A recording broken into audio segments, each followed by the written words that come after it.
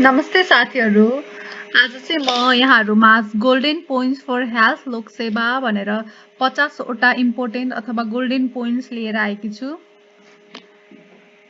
यो golden पोइन्ट्सहरू mainly public health अफिसरको लागि focus गरिएको हो। पब्लिक हेल्थ अफिसरको लागि फोकस गरे पनि हेल्थ रिलेटेड सबै लोकसेवाहरूको लागि यी पोइन्ट्सहरू एकदमै इम्पोर्टेन्ट छन्।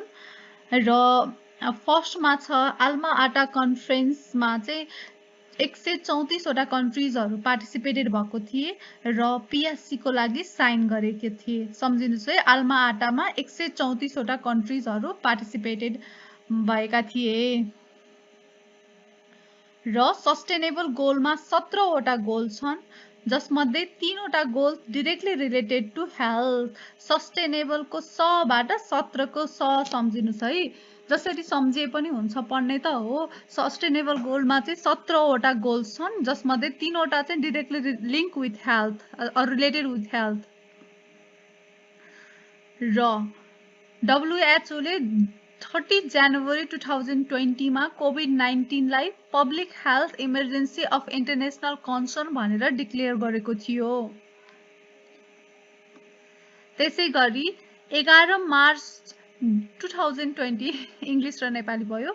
11 मार्च 2020 मा डब्लुएचओले कोभिड-19 लाई एज अ पेन्डेमिक डिक्लेयर गरेको थियो। त्यसै गरी छ एनुअल रिपोर्ट 2075-76 अनुसार 5 वटा सेन्टर र 5 वटा डिभिजन छन् र यो सेन्टर र डिभिजनमा पहिलाको भन्दा परिवर्तन आएको छ। हामीले 73-74 को एनुअल रिपोर्ट र त्यो भन्दा अगाडिका एनुअल रिपोर्टहरू पढ्यौं भने डिभिजन 7 वटा र सेन्टर 6 वटा थिए भने 74-75 को एनुअल रिपोर्टदेखि चाहिँ 5 वटा सेन्टर र 5 वटा डिभिजन भएका छन् र 5 वटा सेन्टर मध्ये चाहिँ एउटा छ एनटिसी, त्यसको फुल फर्म छ नेशनल ट्युबरक्लोसिस कन्ट्रोल सेन्टर, र अर्को छ national centre for AIDS and STD control NCASC, र अर्को छ नेशनल पब्लिक हेल्थ ल्याबोरेटरी, र त्यसै गरी अर्को छ नेशनल हेल्थ ट्रेनिङ सेन्टर, र अर्को छ national health education information and communication. Sorry, मैले फुल फर्म बिगारे जस्तो लाग्यो। National centre for health education information and communication, national centre for health education information and communication हो है। र सेन्टर पहिला अहिले चाहिँ 5 वटा छन् है। पहिला चाहिँ 6 वटा सेन्टर थिए। पहिला चाहिँ अझै एउटा सेन्टर के थियो भने भिभिडिआरटिसी थियो, यहाँहरूले सुन्नुभएको होला, vector borne disease training and research centre थियो, जुन चाहिँ अहिले 74-75 देखि चाहिँ एनुअल रिपोर्टमा छैन, सेन्टरमा चाहिँ छैन।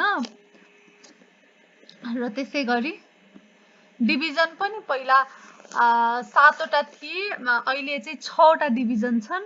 अहिले चाहिँ के डिभिजन छन् त भन्दा एउटा चाहिँ म्यानेजमेन्ट डिभिजन एमडी, अर्को छ फ्यामिली वेलफेयर डिभिजन, अर्को छ epidemiology and disease control division, र अर्को छ क्युरेटिभ सर्भिस डिभिजन, र अर्को छ nursing and social security division. अब पहिला 7 वटा डिभिजन के थिए त भन्दा पहिला चाहिँ यो फ्यामिली वेलफेयर डिभिजन थिएन, त्यसको साटोमा चाइल्ड हेल्थ डिभिजन छुट्टै थियो र फ्यामिली हेल्थ डिभिजन छुट्टै थियो। अहिले त्यो दुईटा डिभिजनलाई मर्ज गरेर फ्यामिली वेलफेयर डिभिजन भएको छ है। अनि यो क्युरेटिभ सर्भिस डिभिजन पनि पहिला थिएन, अहिले 75-76 होइन 74-75 देखि नयाँ आएको हो। र nursing and social security division पनि 74-75 देखि नयाँ आएको हो, पहिला थिएन। पहिला चाहिँ लोजिस्टिक म्यानेजमेन्ट डिभिजन थियो, लेप्रोसी कन्ट्रोल डिभिजन थियो, र अर्को प्राइमेरी हेल्थ केयर रिभाइटलाइजेसन डिभिजन थियो। तिनीहरूको रिप्लेस गरेर अहिले क्युरेटिभ सर्भिस र nursing and social security division आएको छ। र अर्को नम्बरमा छ एनुअल रिपोर्ट के कुरा छ।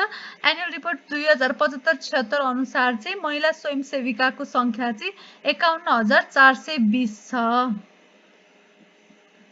त्यसै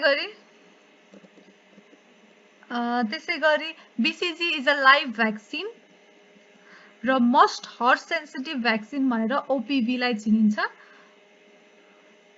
ओपिभीको अर्थात् ओरल पोलियो भ्याक्सिन। र फर्स्ट भ्याक्सिन स्मल पक्स चाहिँ फर्स्ट भ्याक्सिन हो वर्ल्डको, जुन चाहिँ एडवर्ड जेनरले पत्ता लगाएका थिए। र अहिले नेपाल लगायत वर्ल्डमै इराडिकेटेड भएको एउटा मात्रै रोग छ, त्यो चाहिँ स्मल पक्स हो। अहिलेसम्म स्मल पक्स मात्रै वर्ल्डबाट इराडिकेटेड भएको छ। र पोलियो पनि इराडिकेसनको फेजमा छ, तर इराडिकेसन चाहिँ भएको छैन है। नेपालबाट चाहिँ एलिमिनेट भइसक्यो, तर इराडिकेसन भएको छैन। र नझुक्किनुस्, इराडिकेसन र इलिमिनेसन भनेको छुट्टा छुट्टै टर्म हो। र पोलियो पनि इराडिकेसन फेजमा छ, तर भएको छैन अझै। अहिलेको तथ्याङ्क अनुसार चाहिँ 2वटा कन्ट्री पाकिस्तान र अफगानिस्तानमा स्टिल पोलियोको केस देखिएको हुनाले चाहिँ अहिले इराडिकेसन भनेर डिक्लेयर गरेको छैन। यदि त्यो 2वटा कन्ट्रीबाट पनि हट्यो भने पोलियो सायद छिटै नै इराडिकेट हुन्छ होला वर्ल्डबाट। र BCG is contraindicated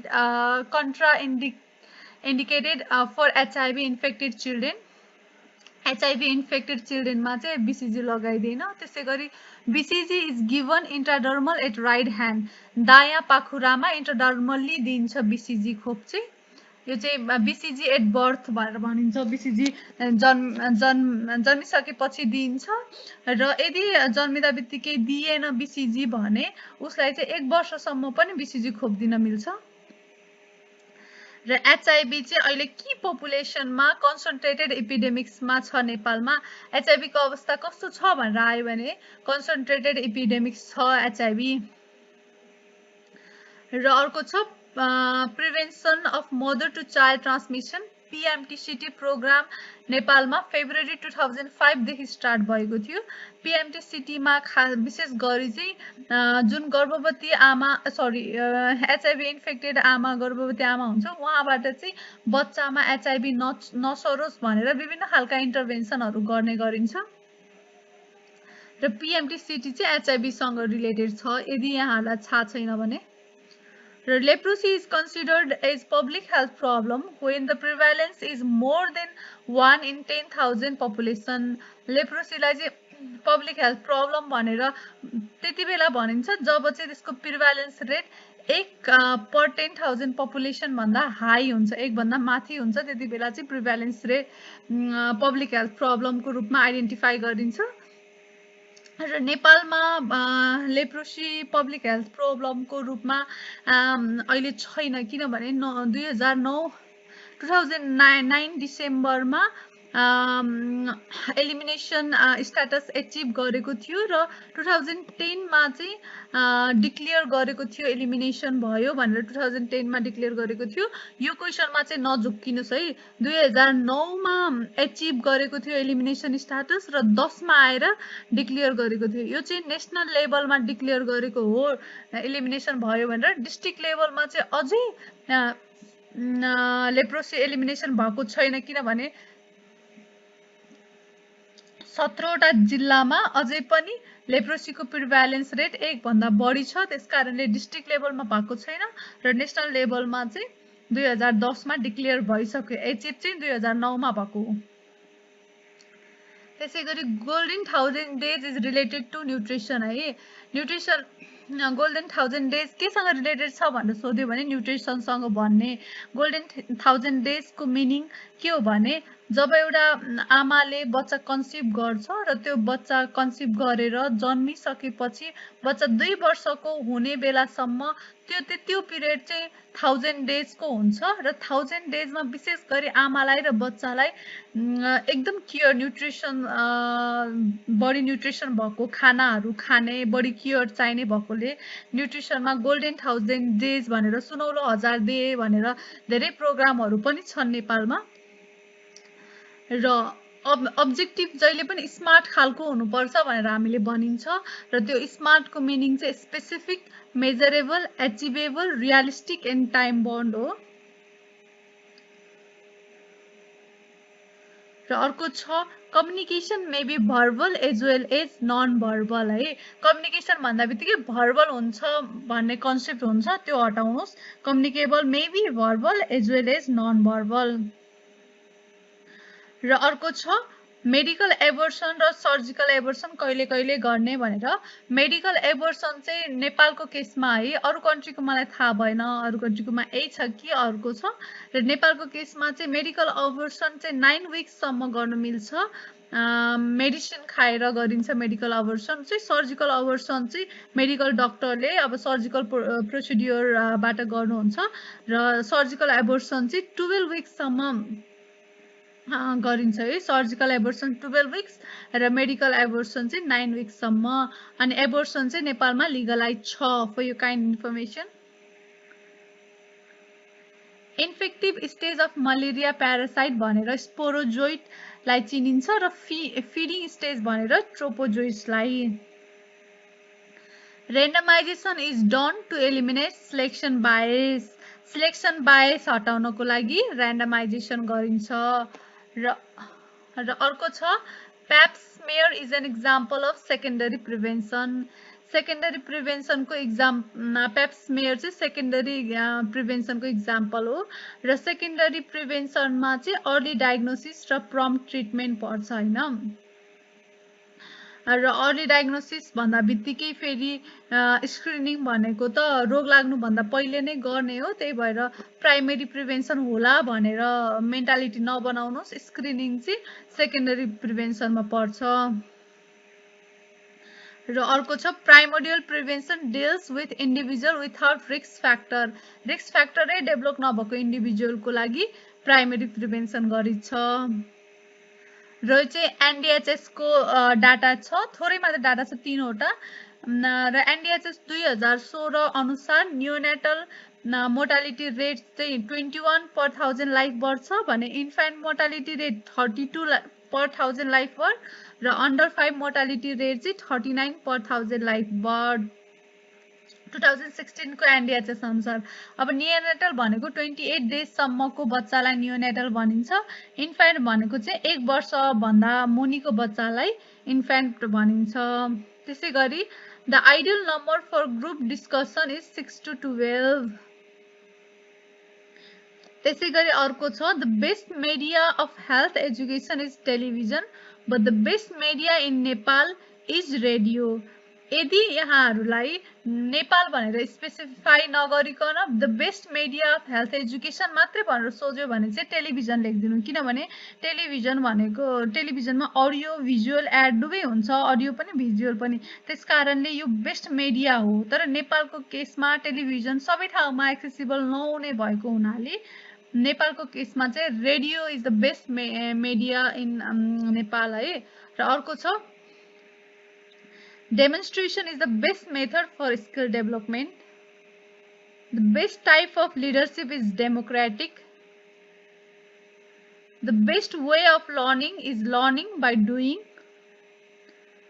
The full form of HMIS is Health Management Information System. The health post in charge is security of HFOMC of health post. र हस्पिटल वेस्टलाई चाहिँ बेस्ट डिस्पोज्ड बाई इन्सिनरेसन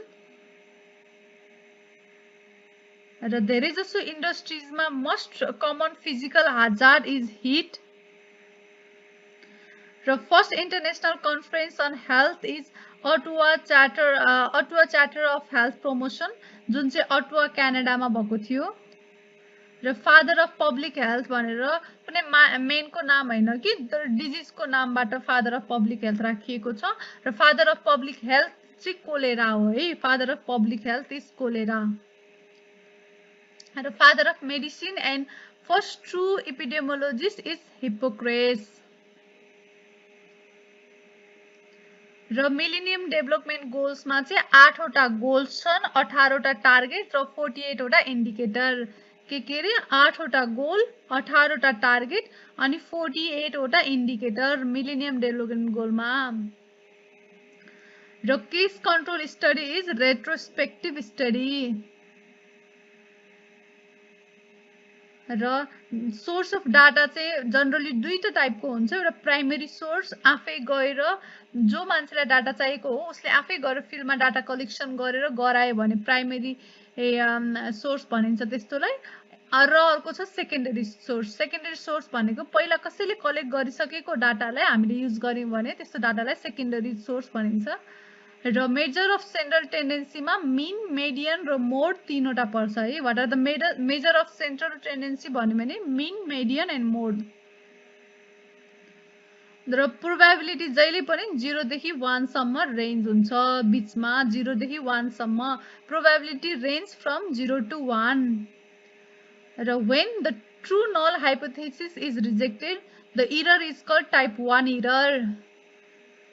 र त्यसै गरी छ when the false null hypothesis is not rejected, the error is called type II error।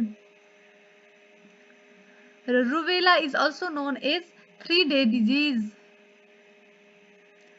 र fat soluble vitamin भनेर ADENK लाई चिनिन्छ। फ्याट सोलुबल के अरे ADENK। र the first indicator of protein energy malnutrition is underweight for age. Underweight for age लाई चाहिँ first indicator of protein energy malnutrition भनेर चिनिन्छ। र आजको लागि चाहिँ 50 वटा गोल्डन पोइन्ट्स अथवा इम्पोर्टेन्स पोइन्ट्सहरू चाहिँ सकिएको छ। यदि यहाँहरूलाई चाहिँ कुनै स्पेसिफिक टपिकको इम्पोर्टेन्ट पोइन्ट्स बुलेट्स चाहिएमा तल कमेन्ट गर्नु होला। मैले त्यही टपिकको इम्पोर्टेन्ट के पोइन्ट्सहरू छन् त्यसलाई मिलाएर एउटा प्रेजेन्टेसन अथवा एउटा भिडियो बनाएर अपलोड गरिदिनेछु। र यो भिडियो कस्तो लाग्यो केही फिडब्याकहरू पनि कमेन्टमा दिनु होला। मलाई लाग्छ साउन्डमा डिस्टर्ब आयो होला, म पक्कै पनि अर्को भिडियोमा सुधार्ने कोसिस गर्नेछु। ल धन्यवाद आजको लागि।